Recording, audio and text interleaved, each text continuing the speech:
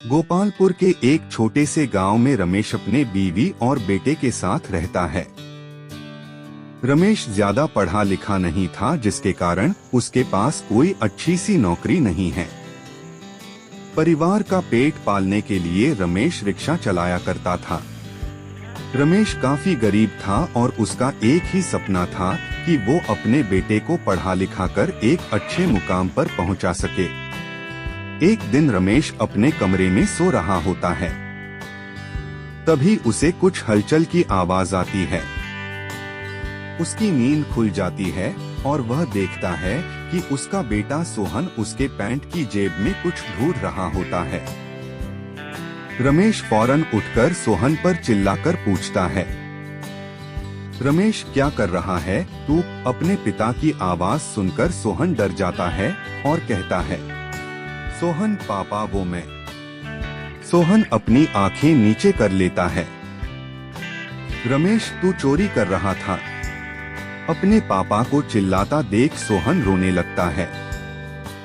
रमेश तेरी ऐसी कौन सी इच्छा है जो मैं पूरी नहीं कर पाया? ऐसे कौन से खर्चे हैं तेरे जिसकी वजह से अपने बाप के पैंट से पैसा निकालना पड़ा?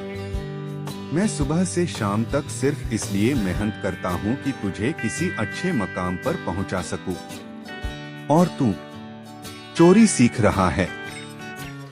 रमेश की ऊंची आवाज सुनकर उसकी बीवी सोनिया वहां आ पहुंची और कहती है, क्या हुआ जी, क्यों चिल्ला रही है?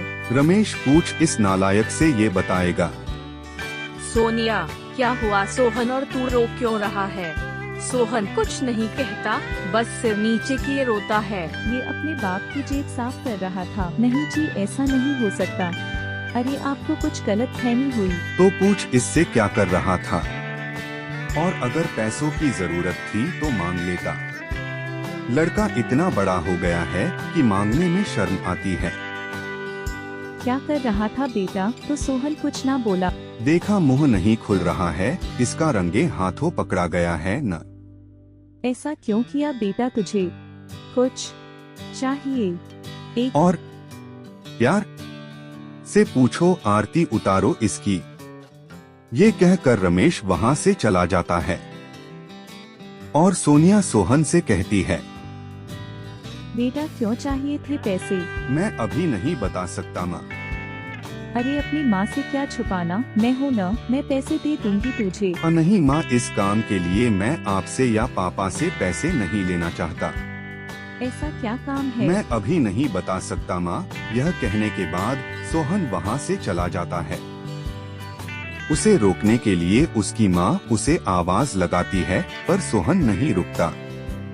सोहन घर से निकल जाता है और चलते चलते सोच रहा होता है, क्या करूँ? आखिर अपनी सोच में खोया होता है। तभी उसका दोस्त हरीश उसे आवाज देकर बुलाता, हरीश सोहन तू यहाँ क्या कर रहा? सोहन भाई वैसे परेशान हूँ मैं। हरीश अरे भाई के होते हुए परेशान क्या बात है बता। क्या बताए, परेशानी दूर कर देगा? दूर तो नहीं कर पाऊंगा, पर दूर करने का रास्ता बता सकता हूँ। सोहन मुझे आज शाम से पहले 500 रुपए चाहिए और मुझे 500 रुपए कमाने हैं। अच्छा देख, एक तरीका तो है पर तू कर नहीं पाएगा। सोहन बता मैं कर लूंगा, मेहनत का काम है भाई। सोहन जितनी भी मेहनत हो मैं कर लूंगा। हरीश अच्छा मार्केट चल बताता हूँ। रमेश और सोनिया शाम को घर के कुछ सामान लेने जाते हैं और वे रास्ते में सोहन के ही बारे में बात करते हैं। रमेश क्या लगता है सोहन पैसे क्यों ले रहा था? पता नहीं जी। तुम तो उससे बात करने वाली थी न? सोनिया हाँ, पर उसने कुछ बताया ही नहीं। वो बोला कि कुछ काम करना है। ऐसा क्या है जो बता नहीं सकता? कहीं वो किसी गलत काम में तो नहीं पड़ गया? सोनिया नहीं जी, मुझे अपने बेटे पर पूरा भरोसा है, किसी गलत काम में तो नहीं होगा वो। रमेश हाँ, भरोसा मुझे भी है, पर ये दुनिया मासूम नहीं रही। हम गरीबों को ऐसे कामों में घुसा देती है जहाँ हम जाना नहीं चाहते हैं। सोनिया नहीं जी, आप बेकार ही परेशान हो रहे हैं, ऐसा कुछ नहीं है। रमेश सही कहती हो। मैं भी बिना जाने उसके ऊपर चिल्ला रहा था। वो चोरी कर रहा था क्योंकि मैं उसकी इच्छाएं पूरी नहीं कर पा रहा था। सोनिया, ऐसा कुछ नहीं है जी, आप कुछ ज्यादा ही सोचते हैं। वो दोनों आगे चलते हैं कि रमेश अचानक रुक जाता है। उसे देख सोनिया भी रुक जाती है और पूछती है, सोनिया, अरे क्या हुआ, क्यों रुक गए? रमेश, वो देखो। सोनिया देखती है तो चौंक जाती है क्योंकि सोहन फैक्ट्री से भरे हुए बोरे ट्रक में चढ़ा रहा होता है।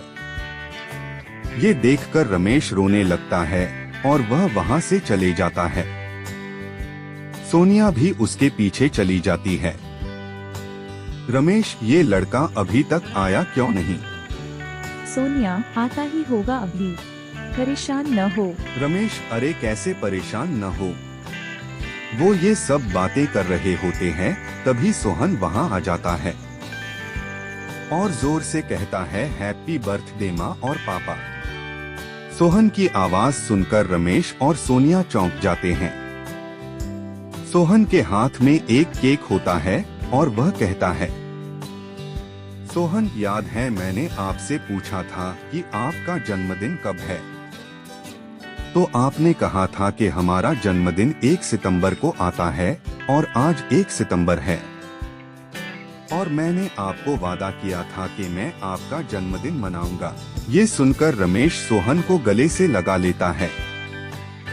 रमेश, तू हमारे लिए ये सब कर रहा था और मैं तुम्हारे ऊपर इतना चिल्लाया, मुझे माफ कर दे बेटा।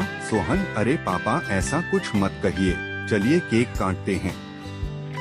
और उसका पूरा परिवार मिलकर केक काटता है और खूब मस्ती करते हैं।